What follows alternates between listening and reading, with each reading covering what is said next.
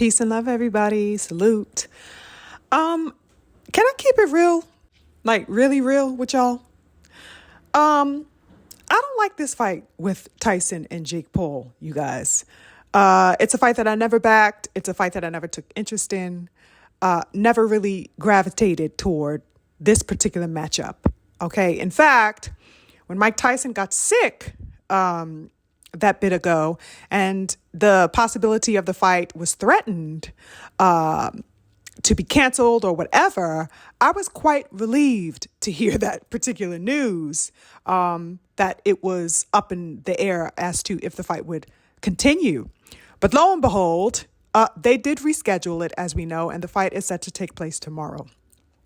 Now, my reservations are assorted. And my reasons for why I am not really in support of this fight are, they run the gamut pretty much. For one, Jake Paul is a weird dude to me, y'all. I see the business moves that he's been making, to make himself relevant for the past few years. Of course, Jake Paul is unfortunately not new to this boxing thing. He's been, along the scene for some years now. I also see the work that he's doing to promote Amanda Serrano and what have you, which I rock with. He's very serious about her, and he makes sure that she takes center stage and that, her promotion is sound and everything is quality on her behalf. I have no particular problem as far as his dealings with her. Right. Yet generally speaking, I've always had my reservations about him, particularly within the sport, because if we're going to be honest, he's a clown show, real talk. If we're just going to keep it a buck with each other, which is what I always intend to do with you, of course. I know that he trains for his fights and stuff like that, the fights that he has had, and for that particular duration when he's, I guess, gearing up for a fight, he takes on the fighter's mentality. We've seen footage of him sparring and practicing body shots and all this, that, and the third. So that we gather, and presume that he takes on such a mentality of being serious in the gym and stuff like that. But, real talk, he's not a fighter, okay, at the end of the day. And I take issue with myriad factors concerning him, including the fact that he's pretty much assumed a level of access within the sport that no current fighter seems to have been granted in American boxing, right? The man is, he's going to be streaming on Netflix for this fight with Mike Tyson, which is crazy. No shade. I know he's going against one of the GOATs of all time, and that's going to be streaming on Netflix, and, they're taking it seriously because of that big name of Mike Tyson. But one would think that this is a serious bout, that this is a fight of magnitude and severity for boxing, which it is not. You know what I mean?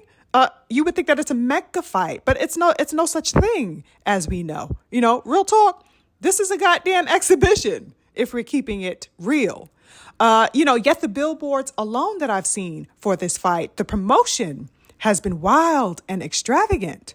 I don't like the accreditation allotted to Jake Paul to the degree that there is that sense of extravagance or intemperance about the way that he can move throughout the boxing world. I find it to be ostentatious and excessive, if I'm keeping it a buck. But I understand that he's a money man. We have to give him respect as a businessman and stuff like that. And doors have been open to him, obviously, that haven't been given to other boxers. Other boxers haven't even been given a key to the rooms that he's been sitting in, let alone able to sit at the table the way that Paul has, and that's the case for talented, meaningful fighters in the game. We just don't see that same type of weight or leisurely access given to actual fighters.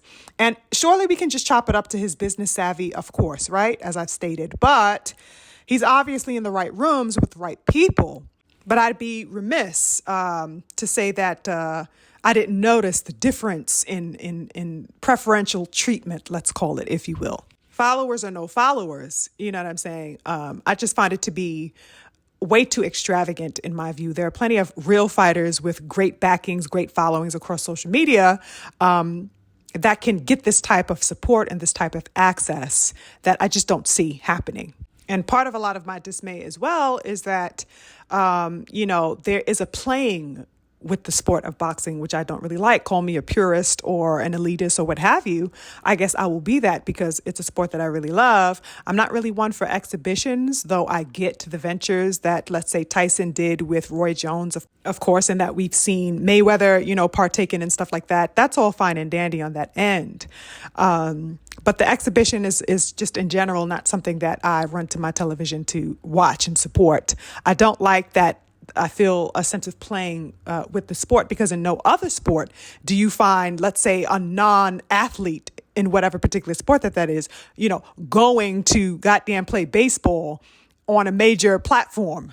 You know what I'm saying? Or among a major team. We don't see, Billy Bob coming off the bus to go try to dunk on LeBron James. It just doesn't, we don't see that type of exchange in other sports because that particular sport, whatever it may be, has a certain level of reverence and they leave it to the professionals to handle. I think the same respect should be granted to the sport of boxing, in my opinion. Now, regarding the matchup itself, first of all, Paul has long been fighting contenders who aren't serious boxers, right? For the most part, he's been fighting football players in the boxing ring, MMA fighters, check cashing clerks, you name it. Pretty much. I think the most serious, if that's what you want to call it, opponent that he took on in the ring was Fury's brother, something to that degree, right?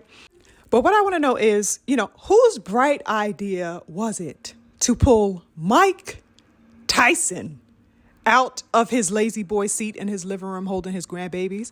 Whose bright idea was that? Mike Tyson is a world-renowned legend, as we know. Okay? We all know him. We all love him. We all respect him because of what he has meant to boxing itself. Okay? He's inspired countless men because he is known as a warrior, a fierce competitor in his day. That's what we know him as. Okay? So, the reality, however, is that the man is now nearly 60 years old, you guys. This man is literally somebody's grandpappy. What's going on here, y'all? And moreover, why is Paul trying to jock this man's swag? Like, the thirst is wild to me. The evidence of thirst is rampant in the building, you guys. Absolutely replete. You're pulling a 60-year-old legend.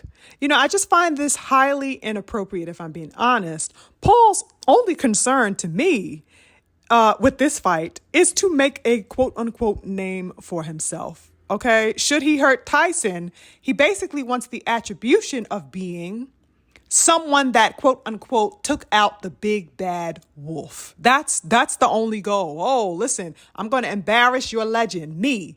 This motherfucking young, nonsensical, non-boxing, non-elite, non-athletic person is going to try to embarrass and run amok on one of our legends. And my tolerance for that is at negative 0.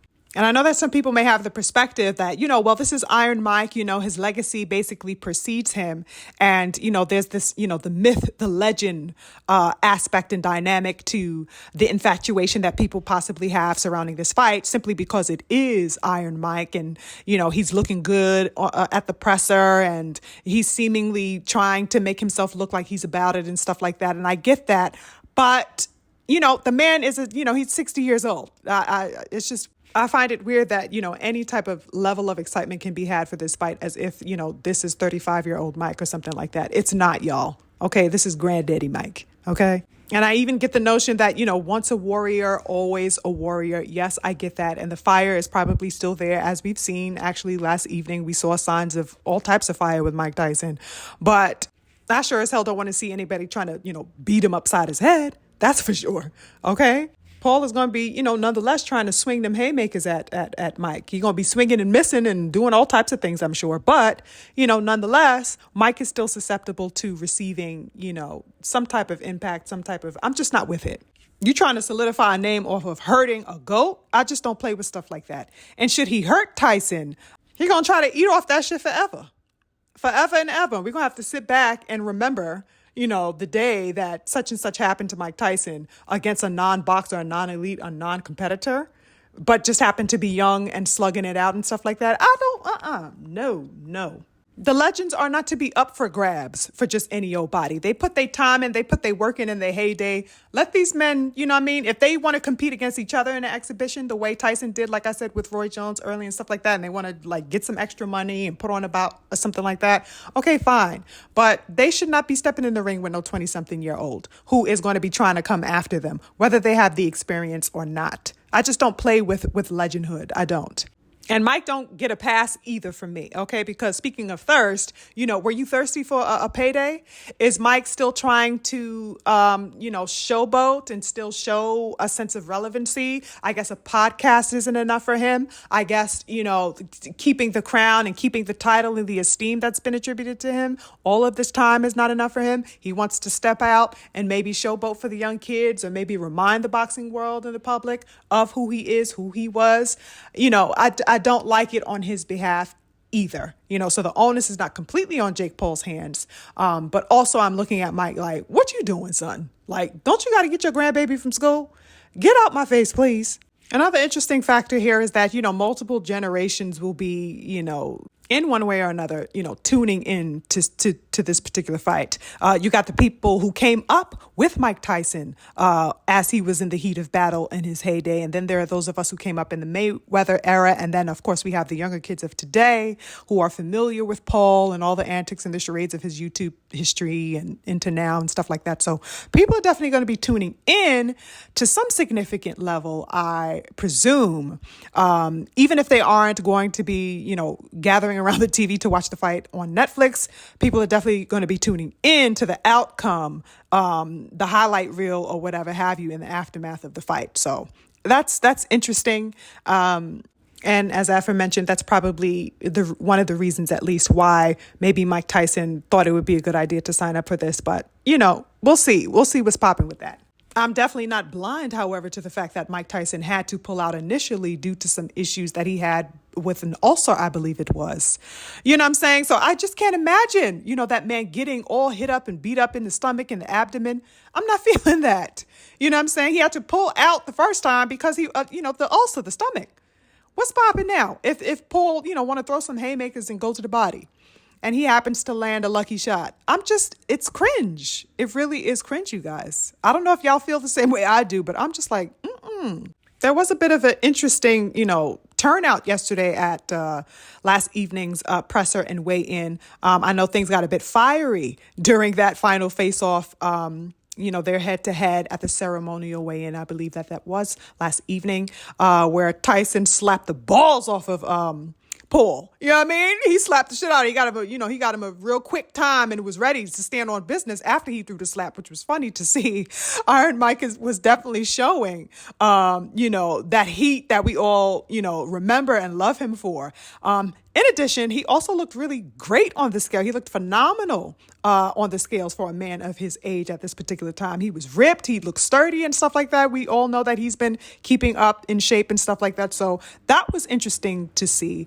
And I guess it lends to the illusion or the feeling that, he's not going to come to play. My thing is, I'm just not a fan of the old kings coming up against the younger opponents, whose only objective is to somehow embarrass them, for some ill attempted, grab at street cred. But this, I suppose, is the point of, reference and the point that people want to galvanize within onlookers is to say, can the young guy supersede, the dominance of the Iron Mike? What's going to happen? Tune in type of thing. Yeah, I mean, real talk, even if Tyson kicks this man's ass, he'll look even more like a mark to me because you still fighting a 60-year-old man and you got your ass bust, Iron Mike or not. That's a grandpa that you fighting. And if he kicks your ass, you don't get no street cred. And if you beat Mike Tyson, you don't get no goddamn street cred for beating a 60-year-old. So either goddamn way, Paul is looking like a damn mark in these streets. You feel me? It is what it is. Anyway, that's it for me. Let me know what y'all think about this fight. All right? I'm on to the next. Peace.